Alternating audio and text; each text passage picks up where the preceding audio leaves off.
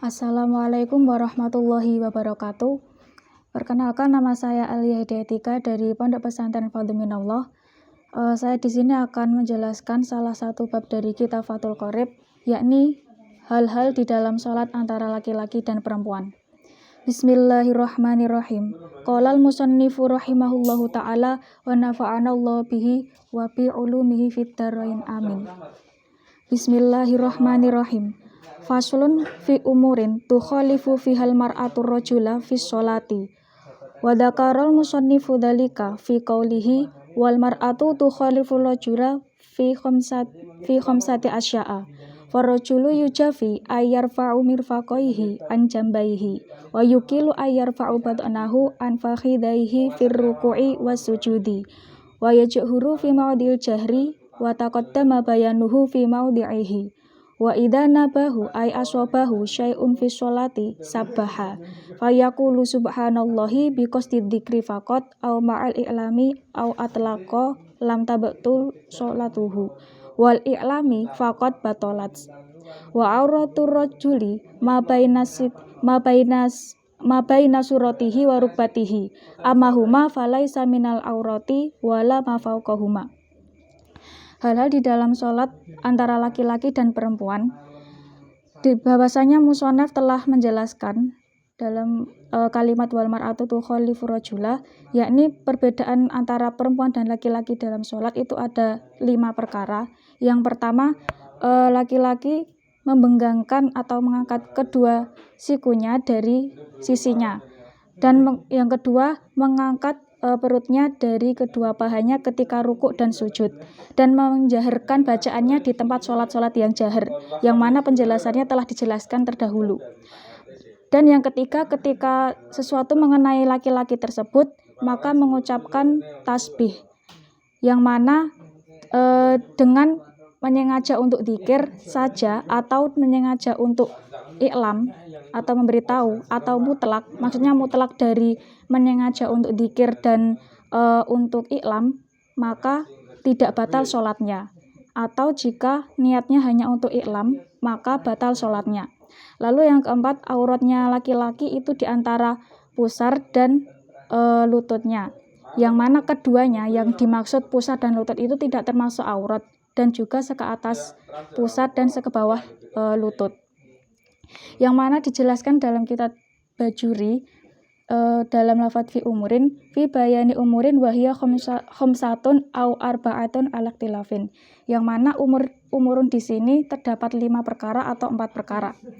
Lalu qaulu fi qaulihi ay bi qaulihi fa fi bima'nal ba muta'allaqun bi qaulihi dzakara. Fi qaulihi, fi-nya di sini bermakna ba, yang mana dalam dalil qawaidul i'rab kama bil waqti wal makani fi wa kaila wa min wa ma wa bal ala, yang mana salah satu makna fi yaitu bermakna ba. Lalu wal mar'atu tukhalifu rajula ay halata sholati kama nabaha alaihi syarihu sabiqon bi qaulihi fi sholati wa tukhalifu aidan fi shaumi haitsu la tasummu fil haidi wan nifasi wa fil haji haitsu yajibu alaiha takhtitu ra'siha wa kasfu wajhiha wa la tukhalifuhu fi zakati listiwa'ir rajuli wal mar'ati fiha li ghairi dzalika minal ahkam, yang mana perbedaan antara laki-laki dan perempuan di sini itu ketika sholat seperti yang telah dijelaskan terdahulu. Lalu juga perbedaannya ketika berpuasa, yang mana perempuan itu tidak berpuasa ketika haid dan nifas, dan ketika haji perempuan wajib untuk menutup kepalanya dan membuka wajahnya. Dan tidak ada perbedaan antara laki-laki dan perempuan dalam hal zakat, karena keduanya memiliki hukum yang sama. Lalu dalam kalimat qaulu fi khamsati asya'a wa fi ba'di naskhi arba'atu asya'a fi lain nushati.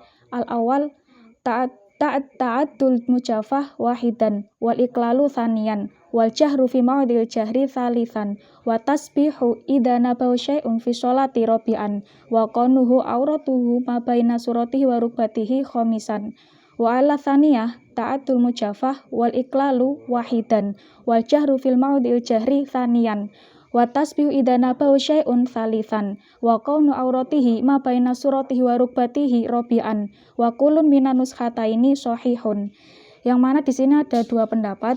Pendapat yang pertama, ketika membenggangkan itu merupakan perbedaan yang pertama. Lalu ketika mengangkat perut itu merupakan perbedaan yang kedua. Menjaharkan bacaan di tempat-tempat yang jahar itu perbedaan yang ketiga. Lalu mengucapkan tasbih ketika mengenai sesuatu terhadap laki-laki itu merupakan perbedaan yang keempat. Lalu auratnya laki-laki antara pusar dan lutut itu merupakan perbedaan yang kelima. Lalu pendapat yang kedua, membenggangkan kedua sikut dan mengangkat perut itu merupakan perbedaan yang pertama. Lalu menjaharkan bacaan di tempat-tempat yang jahar itu merupakan perbedaan yang kedua. Lalu mengucapkan tasbih ketika mengenai sesuatu terhadap laki-laki itu perbedaan yang ketiga. Lalu auratnya laki-laki antara pusar dan lutut itu merupakan perbedaan yang keempat. Yang mana kedua pendapat tadi merupakan sama-sama pendapat yang sahih. Lalu dalam kitab Kutul Habib, lafadz atlaqo wal mutamatu annal atlaqo yubtilus sholata, yang mana pendapat yang mutamad bahwasanya atlaq maksudnya mutlak dari qasdu dzikr dan i'lam, maka bisa membatalkan sholat.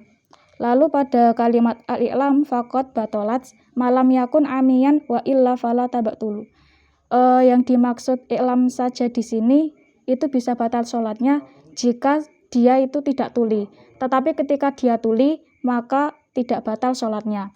Lalu falaisa minal aurati walama fauqahuma lakin yajibu sitru juz'in minhuma liyatahaqqaqa sitra aurati, yang mana kedua pusar dan lutut tadi merupakan bukan aurat, tapi wajib untuk menutup bagian dari keduanya, yaitu maksudnya wajib menutup pusar dan lutut karena untuk menjelaskan bagian aurat tersebut. Yajibu di sini artinya wajib, yang mana dijelaskan dalam kitab Mabadul Awaliyah, al-wajibu ma yutsabu ala fi'lihi wa la yu'aqabu ala tarkihi, yang mana ketika kita melakukan itu mendapatkan pahala, tetapi ketika kita meninggalkan tidak mendapatkan dosa. Mungkin cukup sekian yang dapat saya sampaikan. Apabila ada kurangnya saya mohon maaf. Wassalamualaikum warahmatullahi wabarakatuh.